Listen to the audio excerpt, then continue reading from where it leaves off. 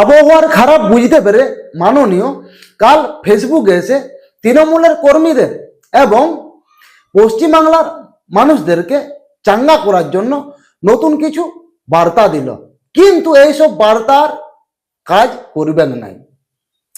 2015 সালে 2021 সালের মানুষ এই মাননীয়র কথা শুনে চলেছে, কিন্তু এই 2026 সালে মানুষ যে ভোট দিল এই মাননীয়র কথা শুনে কিন্তু চলে নাই। তো বন্ধুরা, মাননীয় কাল কি বলেছে ভিডিওটা আপনারা দেখুন, তারপর আমি আমার বক্তব্য আপনাদেরকে বলছি। নমস্কার, আমি বাংলার মামাটি মানুষকে অনেক আমার প্রণাম, সালাম, জোহার এবং জয় জিনেন্দ্র আমি সবকিছু জানাচ্ছি। সত শ্রী আকাল জি। আপনারা সকলে ভালো থাকুন, সুস্থ থাকুন। আপনাদের প্রতি আমরা খুব কৃতজ্ঞ। এত রোদ্রের মধ্যেও এবং সবকিছু অত্যাচার সহ্য করুন আপনারা যেভাবে ভোট দিয়েছেন লাইনে দাঁড়িয়ে। কি বললো? আপনাদেরকে অনেক অনেক কৃতজ্ঞ। রোদ গরমের মধ্যে অনেক অত্যাচার সহ্য করে যারা যারা ভোট দিয়েছেন। অন্যায় অত্যাচারটা হয়েছে কোথায় এবং কারা সৃষ্টি করেছিল অত্যাচার করা? ভোট তো সূক্ষ্মভাবেই হচ্ছিল। কারা শুরু করেছিল? এই তোলামূল বাহিনীর কিছু লোক। অনেকেই আবার ঢুকিয়েছিল অবৈধ ভোটার। একটা জায়গায় সুষ্ঠু করে ভোট হচ্ছে, সেইখানে যদি দুর্নীতিবাজ চলে, অনেক অনেক জায়গায় আবার ইভিএম মেশিনে যে বিজেপির বটনটা থাকে সেটা চিটিয়ে রেখে দিছিল। তাহলে দুর্নীতিটা কারা সৃষ্টি করেছে? এই সমস্ত দুর্নীতি কেন্দ্রীয় বাহিনী, সিআরপি এবং আমাদের পশ্চিমবঙ্গের পুলিশ মুখ বুঝে সহ্য করবে, তাই না? এইরকম দুর্নীতিবাজ যখন হবে তারা তো হাত খুলবে কি? কারণ কেন্দ্রীয় বাহিনী এবং আমাদের পশ্চিমবঙ্গের পুলিশ বাহিনী উভয় পক্ষে এবার জোট হয়ে কিন্তু ভোট করেছে। তারা একদম পুরো দায়িত্ব নিয়েছিল যাতে সুষ্ঠুভাবে ভোট হয়। তার সত্ত্বেও কি হলো? অনেক অনেক জায়গায় সুষ্ঠুভাবে ভোট হয়নি। যা 2021 সালে হয়, যা 2015 সালে হয়, ঠিক সেই রকমই হলো। এরপর কি বলেছে শুনুন। আপনাদের কাছে আমরা খুব কৃতজ্ঞ। আমি আমার কর্মীদের কাছেও খুব কৃতজ্ঞ, যারা জীবনপণ লড়াই করে অনেক অত্যাচার সহ্য করে সেন্ট্রাল ফোর্স এবং এখানকার ফোর্স সবার যৌথ অত্যাচার সহ্য করে টোটাল সমস্ত machinery government of India, prime minister, home minister থেকে শুরু করে পুরো গভর্নমেন্ট অফ ইন্ডিয়া এবং 19টা রাজ্যের বিজেপি নেতাদের এবং অর্থ ভান্ডার, শক্তির ভান্ডার, বন্দুকের ভান্ডার নিয়ে যারা বাংলার মানুষকে জব্দ করতে চেয়েছিলেন, জব্দ তারা কিন্তু ভোট বাক্সে হয়ে গেছে। আমি আপনাদের নিশ্চিন্ত করে বলতে চাই। কি বলছে? যারা জব্দ করতে চেয়েছিল তা ভোট বাক্সে হয়ে গেছে। 4 তারিখের পরেই বোঝা যাবে ভোট বাক্সে কি হয়েছে। আর অত্যাচার হয়েছে সাধারণ মানুষ, আর কেউ নয়। সাধারণ মানুষের উপর অত্যাচার চালানো হয়েছে।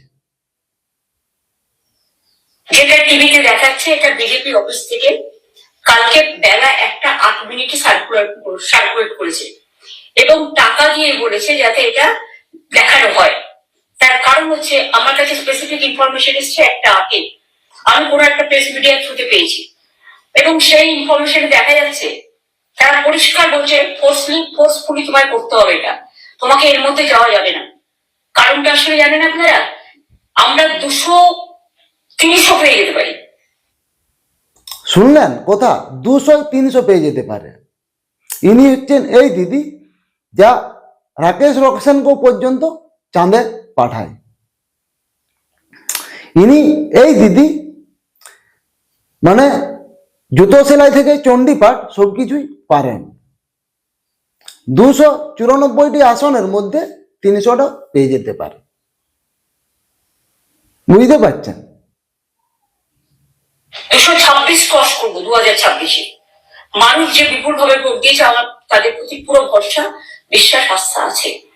এবং ওরা কালকে এটা করিয়েছে প্রেসকে দিয়ে, তার কারণ গদি মিডিয়াকে দিয়ে, তার কারণ হচ্ছে ওরা তো আপনারা জানেন ইডি সিবিআই ইনকাম ট্যাক্স সবাইকেই চমকায়, এবং সেন্ট্রাল ফোর্স যে ব্যবহার কাল করেছে, ইডি সিবিআই এনারা সবাইকেই চমকায়। কে চমকায় আর কে ধমকায় আমাদের পশ্চিমবঙ্গের মানুষ ভালো করে জানে। তবে 2015-21 সালে যেটা ইডি সিবিআই করতে পারেনি, 2026 সালে কিন্তু খেলা একের পর এক কিন্তু বরাবর ঘুরিয়েছে, সেটা আমরা ভালোভাবেই দেখেছি। নির্বাচন কমিশনার থেকে শুরু করে সবাই। প্রথমে কিন্তু অমিত শাহকে অনেক কিছুই প্রশ্ন তুলে হচ্ছিল যে উনি দিদির সঙ্গে জড়িত আছে। একের পর এক এইরকম কাণ্ড পশ্চিমবঙ্গে ঘটেই চলেছে। মুখ বুঝে চুপ করে বসে আছে, কেউ কিছু বলছে নাই।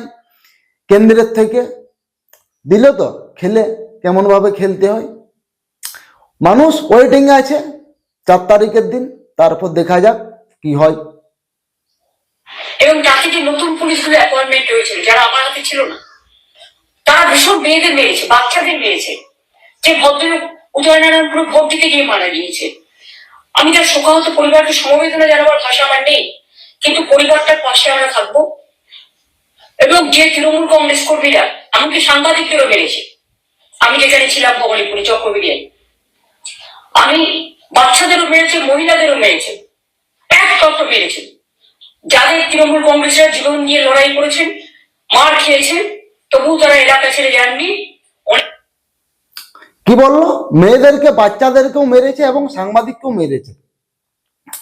কোথায় মেরেছে সেইটা তো বললো না, মারার কথা বলছে। তাহলে ভাটিপাড়ায়, বজবজে, জগদল্লায় ওইগুলো কি হয়েছিল? ওই বাইক বাহিনীর দল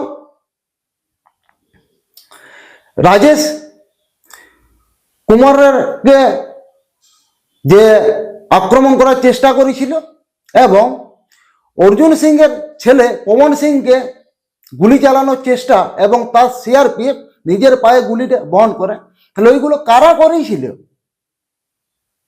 মানে মাননীয় বলতে চাইছে যে আমার দলের লোক যা খুশি তাই করুক, কেন্দ্রীয় বাহিনীর কোনো কিছু বলা চলবে না। কেন্দ্রীয় বাহিনী যদি কিছু করে তাহলে দোষটা পুরো কেন্দ্রীয় বাহিনীরই উপর চলে গেল। মানে এইটাই বুঝাতে চাইছে বাংলার মানুষকে। ইচ্ছে করে অ্যারেস্ট করা হয়েছে যাতে তারা এজেন্ট হিসেবে কাজ করতে না পারে।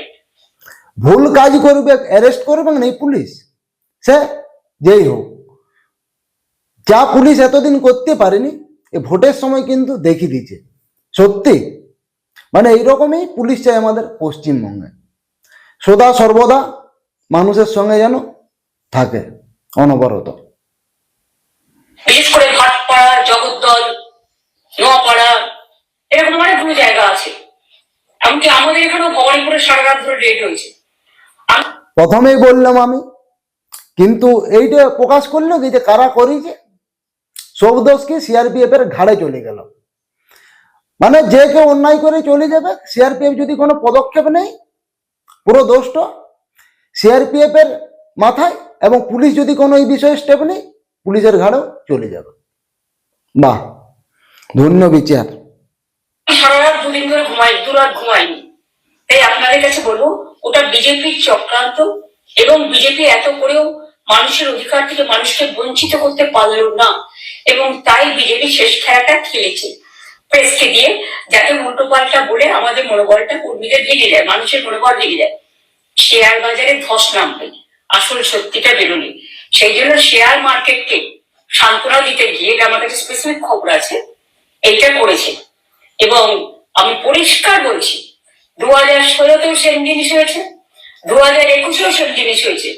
ওরা কিন্তু বারবার করে যা এক্সিট পোল যা দেখিয়েছে, টোটালটাই দেখিয়েছে বিজেপির কথায়।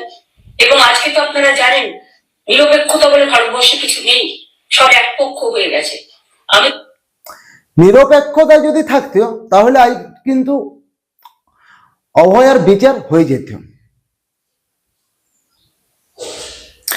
নিরপেক্ষ যদি থাকতো অভয়ার মাকে আজ কাঁদতে হতো না, বুঝতে পারছেন? আর এই মাননীয় নিরপেক্ষ এক পক্ষ কথা বলছে। আর এই শেয়ার মার্কেটের যে কথা বললো, ধস কোন দিকে নামছে কি কোন দিকে গড়ছে, সে 4 তারিখের পরেই সাধারণ মানুষ এবং পশ্চিমবঙ্গের মানুষ বুঝতে পারবে। এখন মানুষ ওয়েটিং এ আছে 4 তারিখের জন্যই, দেখা যাক কি হয়। তো বন্ধুরা, এই বিষয়ে তোমাদের কি মতামত অবশ্যই কমেন্টে জানান। আর এই চ্যানেলে যদি নতুন তোমরা ভিজিট করে থাকো, অবশ্যই চ্যানেলটিকে সাবস্ক্রাইব করুন। আবার দেখা হচ্ছে নতুন কোনো ভিডিওতে।